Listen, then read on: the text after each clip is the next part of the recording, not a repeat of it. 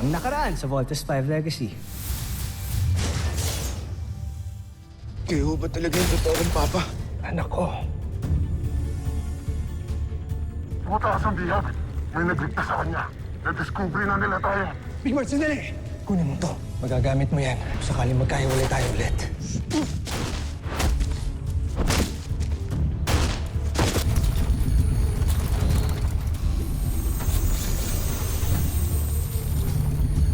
Nakita ko na po si Papa. Ito po, binigay sa akin ni Papa to bago siya mabawi ng mga kalaban. Kami nang bahala mag-decode dito. Ang homesack na Rodka at si Dr. Ned Armstrong ay iisa.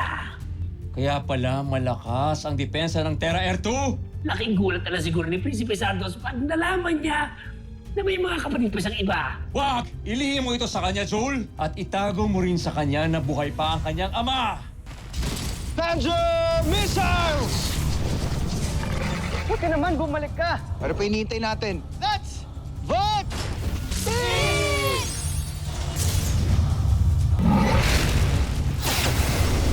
Voltes Bazooka!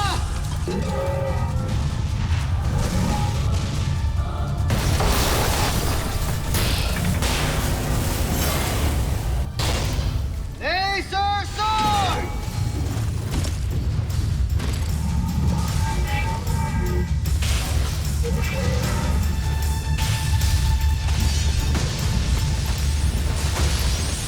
Mabuti pa, pagtulungan ka na lang sa amin para matapos ang lahat ng ito. Kahit patayin ninyo ako, wala kayong mapapala sa akin. Eh, di mabulok ka dyan. Good news, team. I have deciphered the code that your father gave us. At sa log entry number na yan, may frequency number ng pulse wave na embedded sa katawan ni Dr. Armstrong. Ned Armstrong is here in this location. Sigurado ba kayo dyan, Dr. Hook? Baka mamaya di ko atrap na naman yan. Huwag kang sumama kung ayaw mo. Alright, team. Let's go find Papa.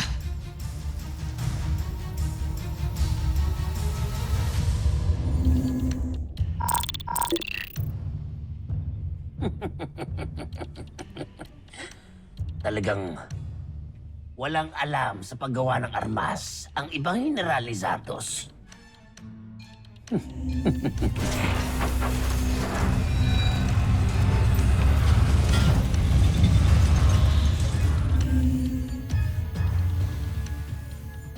Palalakasin kita.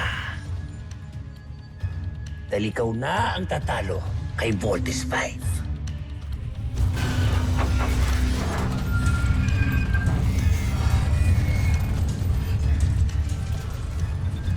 Soldier, taglay mo ngayon ang pambihirang katangian ng amoeba.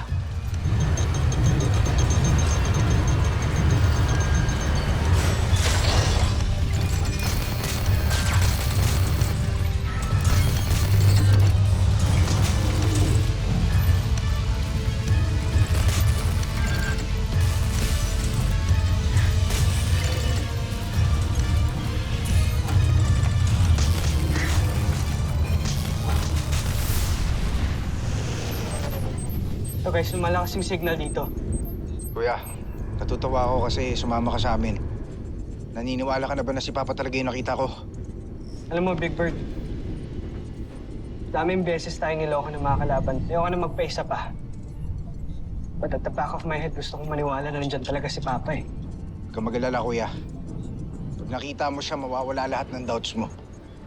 Sana nga, siya talaga si Papa. Let's just hope for the best, guys. Kaya susubukan ko na ngayon ang iyong lakas.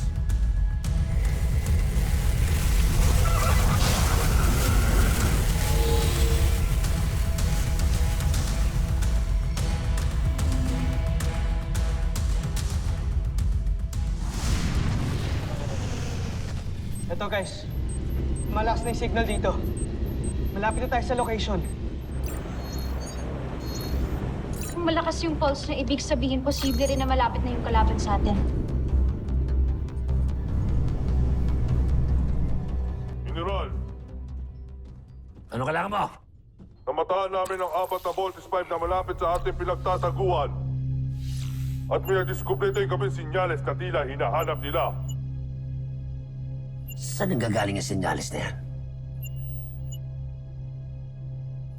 Malamang, si Rotgar ang may pakana niyan. Gumawa siya ng paraan para matunton ng mga kalaban natin ang lokasyon natin. Bantayan mo yan. Ikaw, sumunod ka sa akin. May solusyon ako.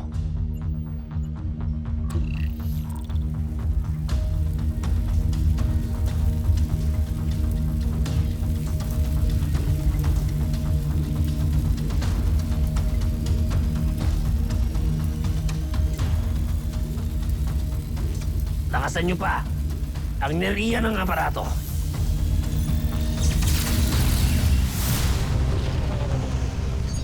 Teka. May signal? Octo 1, nadadetect mo ba yung wave? Negative, Little John. Guys, hindi rin namin madetect yung wave. Dr. Hope, the wave transmission from the camp suddenly stopped. Hindi na ho namin makita yung signal eh. Kahit sa amin, nawala rin ang pulse wave. I don't understand why.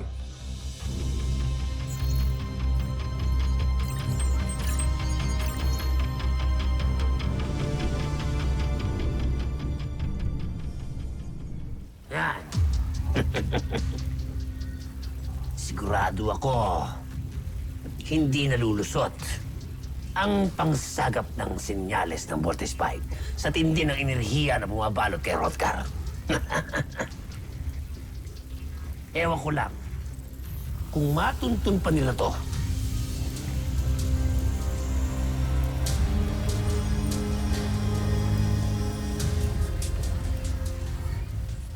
You better go back here, Steve. No, Doctor. Kung nawala yung signal, ibig sabihin nakita kami ng mga kalaban. Therefore, nandito lang sila. Which is dangerous, lalo na hindi kayo kumpleto.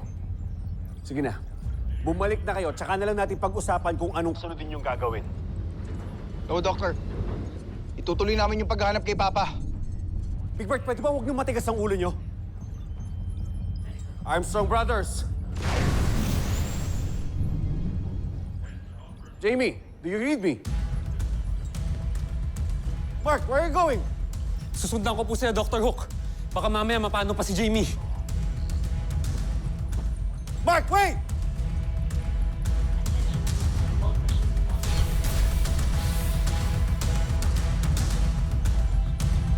Oh, ano tinitingin niyo? Go back to work! Move it!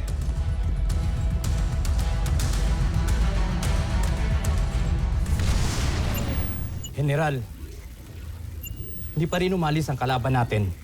Sa halip, patuloy pa rin nilang pinaghahanap ang lokasyon natin.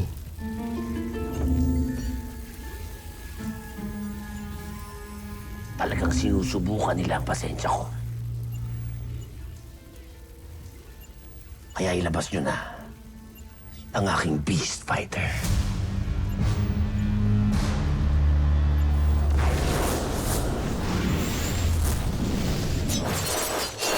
Beast Fighter detected! Team evasive maneuvers!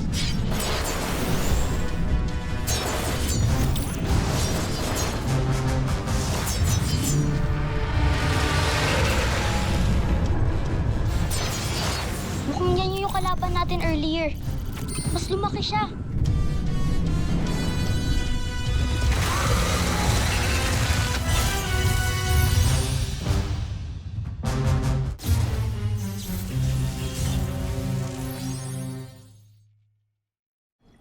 Voltes team, this is CBF Command. Respond. Damn it! Mga sutil talaga eh. Hindi ka sasagutin ng mga yan. Pagmumurahin mo lang sila. Sir, tigas kasi ng ulo eh. I told them to come back. Pero tinuloy pa rin nila yung paghahanap kay Dr. Armstrong kahit alam naman nila delikado na. Cut them some slack, Dr. Hook.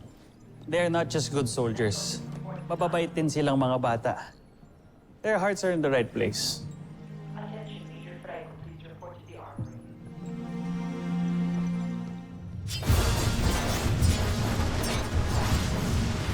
Lakas! Kung pwede lang sana tayo mag-vault in. Area bomb!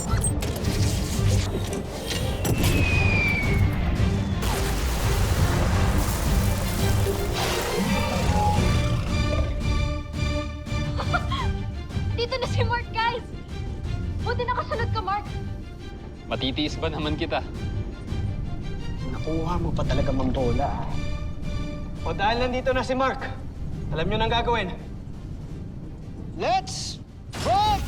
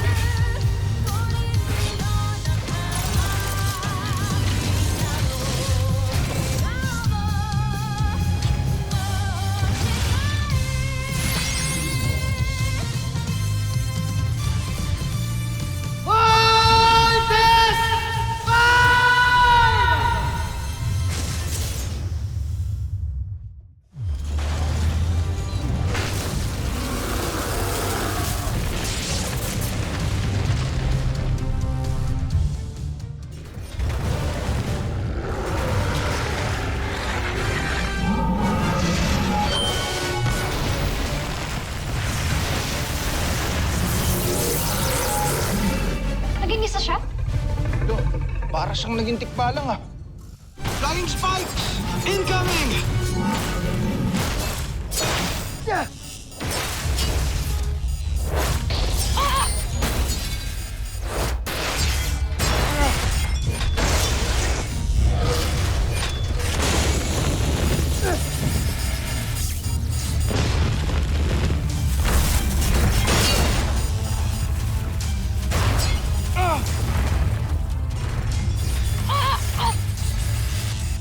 Bakit ba ang hilig nila tayong ipako sa lupa?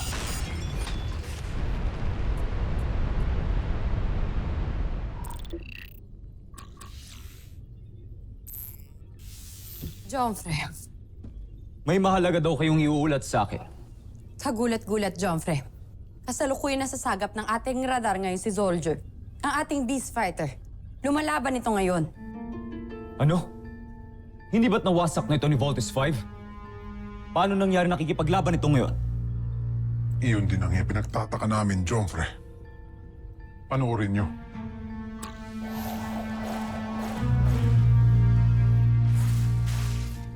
Kamangha-mangha. Winawasak ni Soldier si Voltes 5. Ngunit paano nangyari ito? Wala kaming kinalaman, Jomfre. Hindi kami kikilos ng walang basbas ninyo.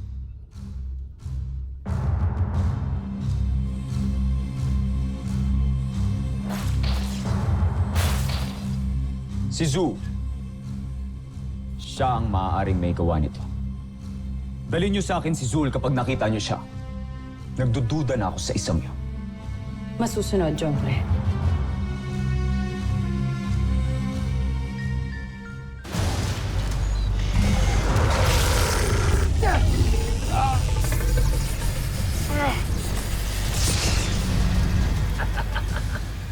Sige, soldier! Pagkakataon mo na to para makabawi kay Voltes 5. Sige!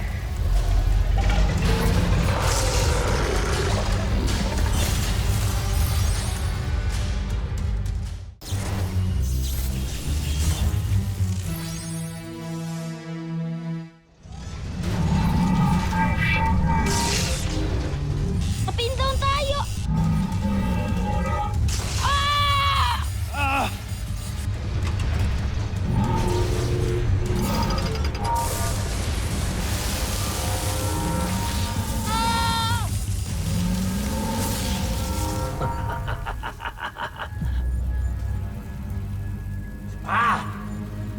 Tuloy mo pa yan!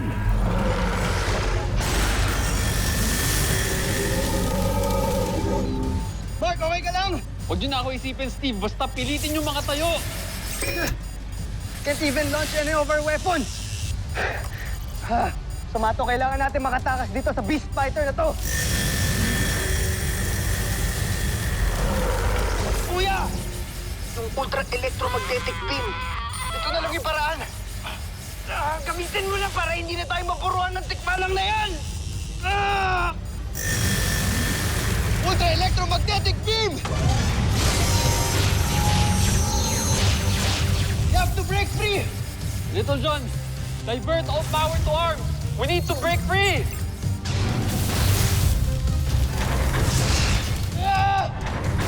Oh, loko. Masarap ba?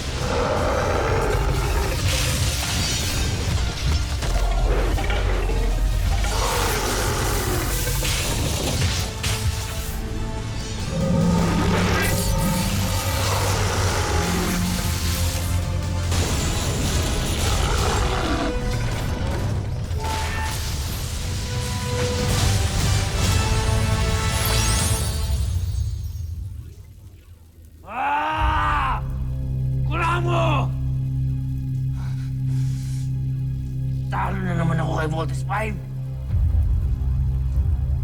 Pinahiyan niyo na naman ako!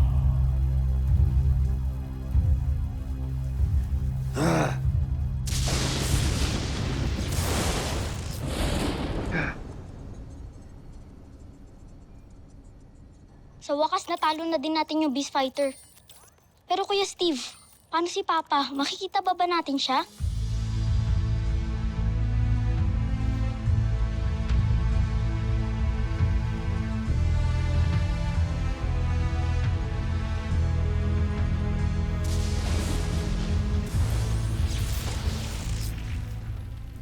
General Zul, may impormasyon kaming nakalap. Naghahanap ka na ng mga kawal ni Prinsipe Zardos.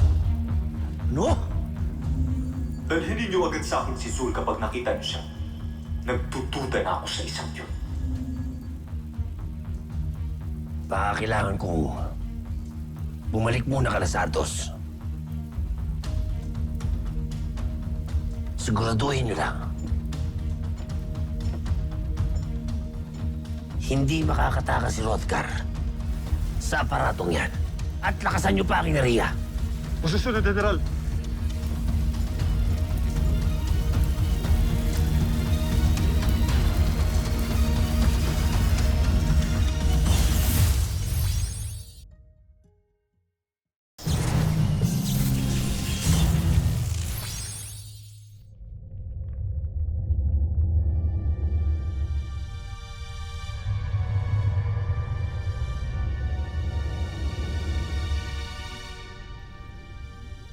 Mahal na prinsipe, kakadako lang ni Zul. Ano nangyari? Ano nangyari? Ano nangyari?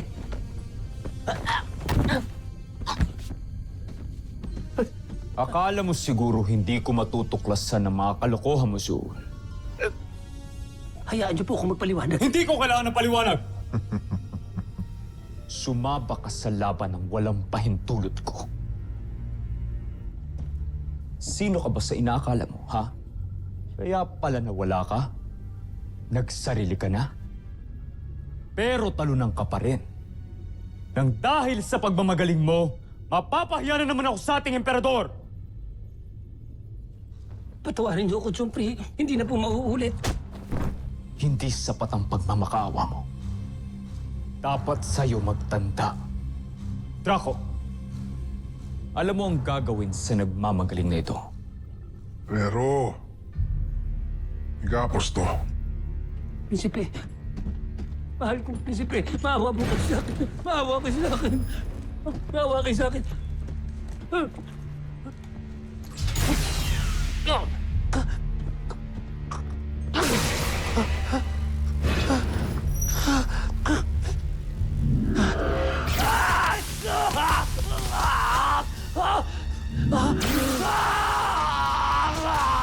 Sige, Draco! Huwag mong titigilan yan!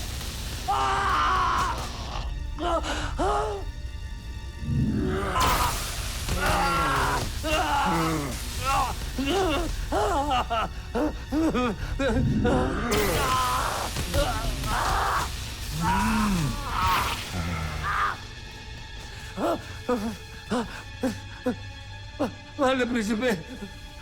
Hayaan niyo po ako magpaliwanag. Nagawa ko lang yun. Dahil gusto ko kayo isalba sa emperador.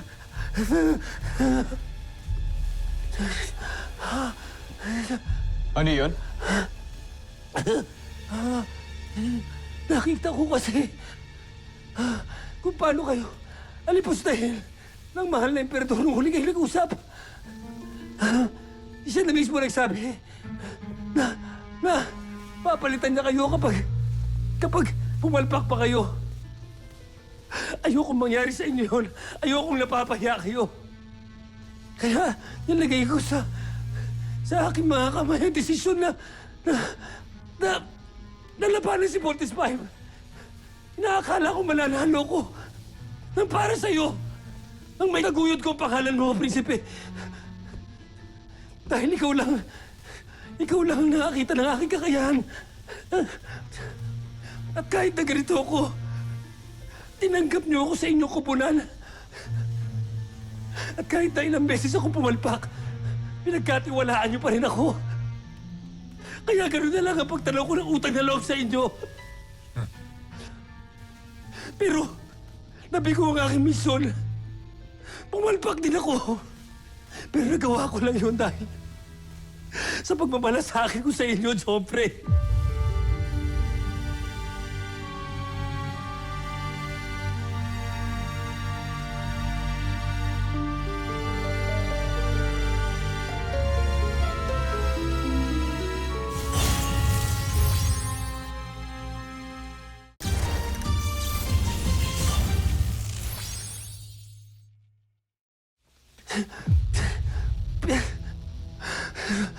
Pwede ba? Huwag mo nang bilugin pa ang ulo ng ating prinsipe para lang makaiwas ka sa parusa mo. Kung sa tingin nyo, wala na ako sa isay. Tatanggapin ko na ito na ang katapusan ko. Sige, General Draco. Palakulin mo na ang ulo ko. Tapusin mo na ako. Ikagagalak ko, Zul. Wag! Sandali! Sandali! Mahal na Prinsipe! Mahimik ka! Jompre! Sandali, Draco! Ilapit mo siya sa akin.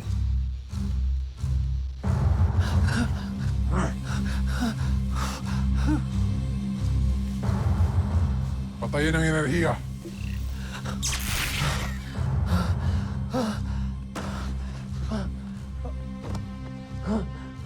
Tawarin ko. Prinsipe. Sa susunod na magmagaling ka pa, kamatayan ang magiging kaparusahan mo. Maraming salamat, Jompre. Pastangan.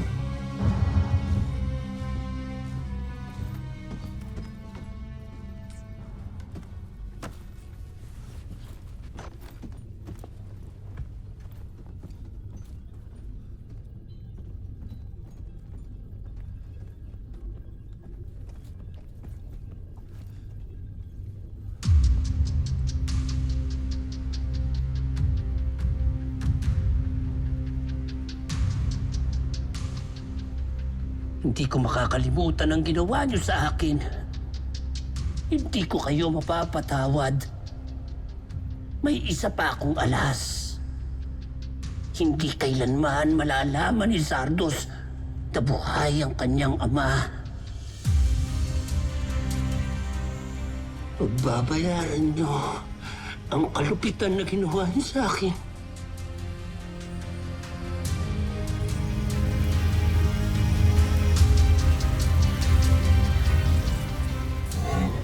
Susunod sa Voltes 5 Legacy. Joffrey, kung ako tatanungin niyo, karapat-dapat lang talagang palitan si Santos. Dahil aminin natin, hindi naman niya talaga kayang sakupin ang Terra Air 2. Alam ko! Kaya sa mga sandaling ito ay naglalakbay na ang aking emisaryo patungong Terra Air 2 para ituwid ang mga pagkakamali ni Zardos. Red alert! Battle stations! Magaling. Napasok na ni Sul ang kanilang kampo. Sana lang talaga ay maniwala ang Voltes 5 na isa siyang kakampi. Dahil kung hindi niya magawa ang aking pinapagawa, buhay niya ang magiging kapayo.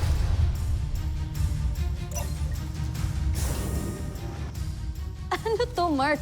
Dinner. Para sa'yo. How did you get in my room? Are you expecting someone? Come in. Door open.